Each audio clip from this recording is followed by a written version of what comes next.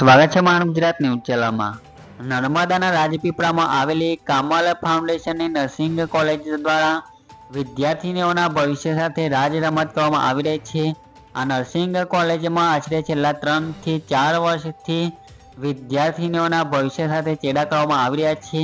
તેના અંતર્ગત તેમને પરીક્ષામાં બેસવા માટે હોલ ટિકિટ પણ આપવામાં આવતી નથી। બીજી તરફ તેમનો ડીએન નંબર પણ રજૂ કરવામાં આવ્યો હતો। છેલ્લા 3-4 વર્ષના સમયગાળામાં આ પ્રકારની વિદ્યાર્થીઓની સંખ્યા આશરે 50 થી વધુ છે।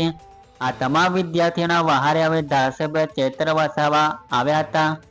ધારાસભ્ય ચૈત્ર વસાવાએ આ તમામ વિદ્યાર્થીઓની મુશ્કેલીઓ એક પછી એક સાંભળી હતી, જે બાદ તેમણે જિલ્લા શિક્ષણ અધિક્ષકને આ અંગે એક લેખિતમાં પત્ર રજૂ કર્યો હતો। ત્યારે તેમણે આ અંગે વહેલી તકે નિરાકરણ લાવીને વિદ્યાર્થીઓને ન્યાય આપવાની માંગ કરી છે।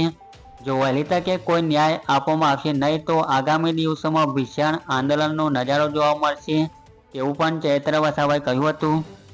છેલ્લા 3-4 વર્ષથી વિદ્યાર્થીઓના સર્ટિફિકેટ અને સ્કોલરશિપ પણ આપી નથી। તે ઉપરાંત પરીક્ષા માટે બેંગ્લોર ગયા પણ તેઓ પણ ધરમનો ધક્કો થયો હતો।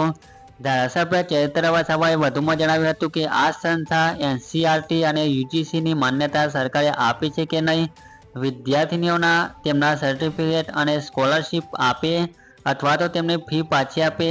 જોકે આ કોલેજ 3 જિલ્લામાં સંસ્થા ચલાવે છે, જેમાં સુરત, નવસારી અને રાજપીપળામાં કોલેજ ચલાવે છે। ત્યારે આવી સંસ્થામાં કેટલાય વિદ્યાર્થીઓ સાથે છેતરપિંડી કરવામાં આવી છે, જે તપાસનો વિષય છે તેવું ચૈત્ર વસાવાએ કહ્યું હતું। જ્યારે ચૈત્ર વસાવાએ વધુમાં શું કહ્યું જો આવડીમાં ટ્રસ્ટ સંચાલિત મા કમલ ફાઉન્ડેશન રાજપીપળામાં ચાલે છે।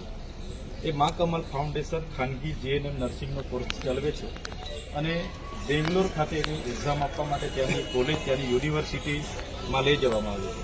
આ બધા એવા સ્ટુડન્ટો છે, એમને પટાવી ફોસલાવીને એમના પર ડોક્યુમેન્ટો લીધા છે, એમના પર ફી ભરાવી છે। બધાએ 2-2, 2.5 લાખ રૂપિયા ફી ભરી છે। એમને અત્યાર સુધી 3 વાર ત્યાં લઈ જવામાં આવ્યા બેંગ્લોર, પણ ત્યાં હોલ ટિકિટ મળતી નથી, એટલે અમને એક્ઝામમાં બેસવા દેવામાં આવતા નથી।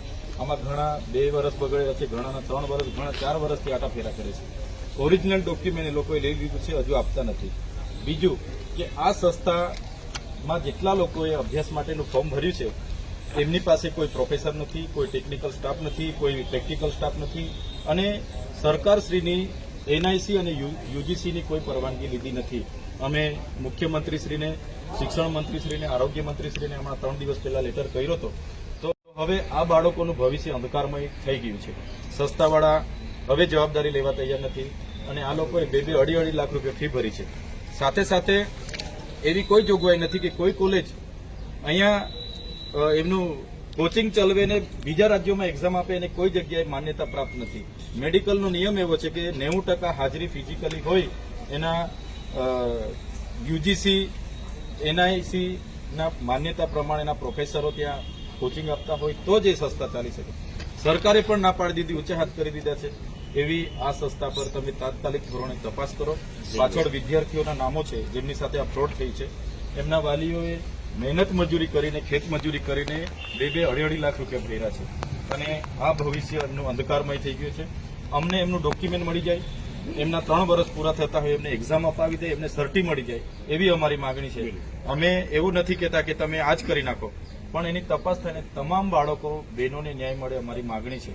આમ નહીં થશે તો આવનારા દિવસો, અઠવાડિયા બાદ અમારે ના છૂટકે આ શનિવારે અમારે આયોજન છે 16 તારીખે અમારે ના છૂટકે મોટા કાર્યક્રમ અહીં આપવા પડશે એમની સામે। કેમ કે યુવાનો, યુવતીઓએ 4 વર્ષ બગાડ્યા છે।